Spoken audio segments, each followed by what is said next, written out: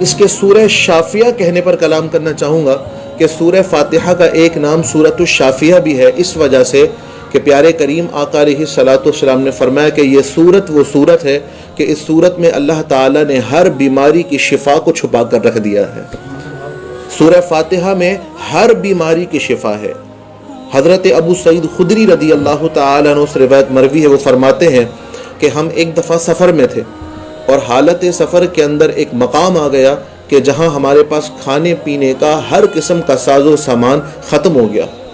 اور ہم پریشان ہو گئے کہ آیا اب اس صحرا کے اندر، اس انجان اور بنجر علاقے کے اندر ہمارے کھانے پینے کا سامان کہاں سے مہیا ہوگا۔ صحابہ کرام رضوان اللہ تعالی علیہ مجمعین فرماتے ہیں اسی دوران کہ ہم پریشانی کے عالم میں تھے، ایک بچی آئی اور اس بچی نے آ کر کہا کہ ہمارے قبیلے کے سردار کو سانپ نے ڈس لیا ہے، کیا آپ میں سے کوئی سانپ کے ڈسنے کا علاج اور دم جانتا ہے؟ تو ہم سب نے نفی میں سر ہلا دیے کہ ہم میں سے ایسا کوئی شخص نہیں ہے جو سانپ کے ڈسنے والے کو دم کرتا ہو۔ لیکن صحابہ کی جماعت میں سے ایک صحابی کھڑے ہوئے اور فرمانے لگے کہ میں وہ دم جانتا ہوں، اور وہ ساتھ میں چلے گئے۔ صحابہ کرام فرماتے ہیں کہ ہم حیران ہوئے کہ آج سے قبل ہم نے اپنے اس ساتھی کو دم کرتے ہوئے نہیں دیکھا تھا، تو یہ دم کرنے کیسے جا رہے ہیں؟ عرف کے اندر، معمول کے اندر اگر کوئی شخص ایک شعبے سے وابستہ ہو تو اس کے آس پاس رہنے والے لوگوں کو معلوم ہوتا ہے کہ فلاں شخص فلاں پیشے کے ساتھ منسلک ہے، لیکن اگر کوئی شخص ایک شعبے کے ساتھ وابستہ ہی نہیں رہا، اس نے وہ کبھی کام ہی نہیں کیا، تو آس پاس کے لوگ حیران ہو جائیں گے کہ ہم نے تو کبھی یہ کام کرتے ہوئے پہلے اسے دیکھا ہی نہیں تھا، اچانک یہ اس شعبے سے وابستہ کیسے ہو گیا؟ تو وہ صحابی رسول صلی اللہ علیہ وسلم جب دم کرنے کے لیے اس بچی کے ساتھ روانہ ہو گئے تو دیگر صحابہ حیران رہ گئے کہ آیا ہم نے پہلے کبھی انہیں دم کرتے ہوئے نہیں دیکھا تھا، یہ دم کرنے کے لیے کیسے چلے گئے؟ اور آپ حیران ہو جائیں گے یہ سن کر کہ جب وہ صحابی واپس تشریف لائے تو اس قبیلے کے سردار نے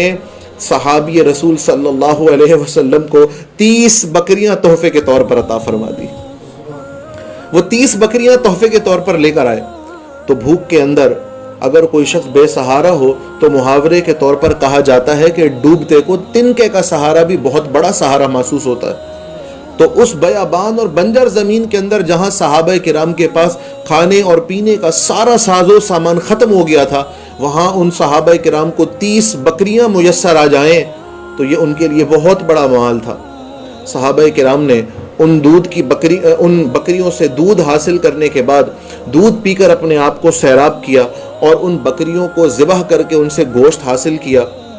لیکن ان صحابہ کرام میں ایک بحث چھڑ گئی۔ وہ صحابہ کرام اس صحابی سے پوچھنے لگے کہ ہم نے آج سے پہلے تو کبھی تمہیں دم کرتے ہوئے نہیں دیکھا تھا، یہ تم کیسے گئے اور یہ تم نے کیسے کر لیا؟ تو وہ صحابی رسول فرمانے لگے واقعی تم سچ کہتے ہو، میں سانپ کو ڈسنے والوں پر دم عموماً نہیں کیا کرتا ہوں، لیکن میں نے اپنے پیارے کریم آقا علیہ الصلوۃ والسلام سے سنا، حضور نے فرمایا یہ سورہ فاتحہ یہ محض سورت نہیں بلکہ یہ شفا ہے، یہ سورۃ الشافیہ ہے، اس سورت میں اللہ نے ہر بیماری کی شفا کو چھپا کر رکھا ہوا ہے۔ تو میں نے اس قبیلے کے سردار پر سورہ فاتحہ کو پڑھ کر دم کر دیا، اللہ نے اس آدمی کو شفا عطا فرما دی۔